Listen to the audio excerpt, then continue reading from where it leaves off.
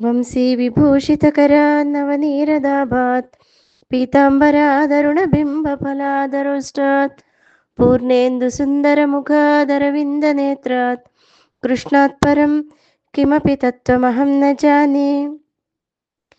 ప్రవృత్తిం చ నివృత్తిం చ జనా న విదురాసురాః న శౌచం నాపి చాచారో న సత్యం తేషు విద్యతే. దైవ లక్షణాలు అసుర లక్షణాలని భగవానుడు తెలియజేస్తూ దైవ లక్షణాలను కలిగి ఉండడం వలన కలిగేటువంటి ప్రయోజనాలు ఏమిటో తెలియజేశాడు. ఇప్పుడు అసుర లక్షణాల గురించి రాబోయే 12 శ్లోకాల ద్వారా తెలియజేస్తున్నాడు. అసుర స్వభావం కలిగినటువంటి వాళ్ళు ధర్మకార్యాలు చేయటం కానీ అధర్మ కార్యాల నుండి బయటపడడం కానీ చేయరు.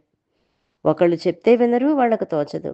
తమ యొక్క స్వభావం బాగా లేదని మార్చుకోవాలని ఎవరు చెప్పినా వినరు, పరమ మూర్ఖంగా ప్రవర్తిస్తారు. అటువంటి అధమ లక్షణము కలిగినటువంటి వాళ్ళు కాబట్టి వీళ్ళని అధములుగా చెప్పవచ్చు.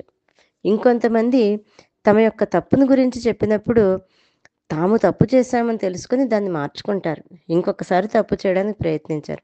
వీళ్ళని మధ్యములు అని చెప్పచ్చు. అసలు తప్పే చేయని వాళ్ళు ఉంటారు, వీళ్ళని ఉత్తములు అనవచ్చు. ఈ శ్లోకంలో కేవలం అధములను గురించి మాత్రమే చెప్పబడింది. ఇంకా ఇక్కడ ప్రవృత్తి నివృత్తి అని 2 పదములు చెప్పబడ్డాయి. ప్రవృత్తి అంటే చేయదగినది, నివృత్తి అంటే విడిచిపెట్టవలసింది అని అర్థం. ఈ రెండిటిని విజ్ఞులు తెలుసుకోవాలి.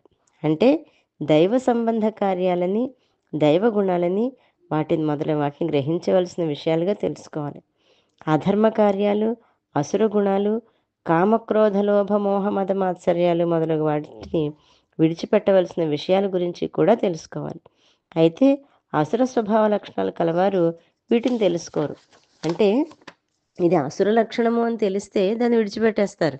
అసలు వాళ్ళకి అది అసుర స్వభావం ఉన్న వాళ్ళకి అది అసుర లక్షణం, అతం కలిగి ఉండకూడదు అనే ఆలోచనే ఉండదు కనుక ఆ రకంగా ప్రవర్తిస్తారు.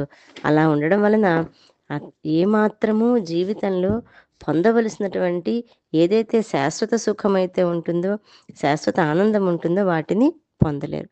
కనుక అసుర లక్షణాలను విడిచిపెట్టాలని తెలియజేస్తూ ఇంకా రాబోయే శ్లోకాలలో అసుర లక్షణాల గురించి తెలుసుకుందాం. జై గురుదత్త.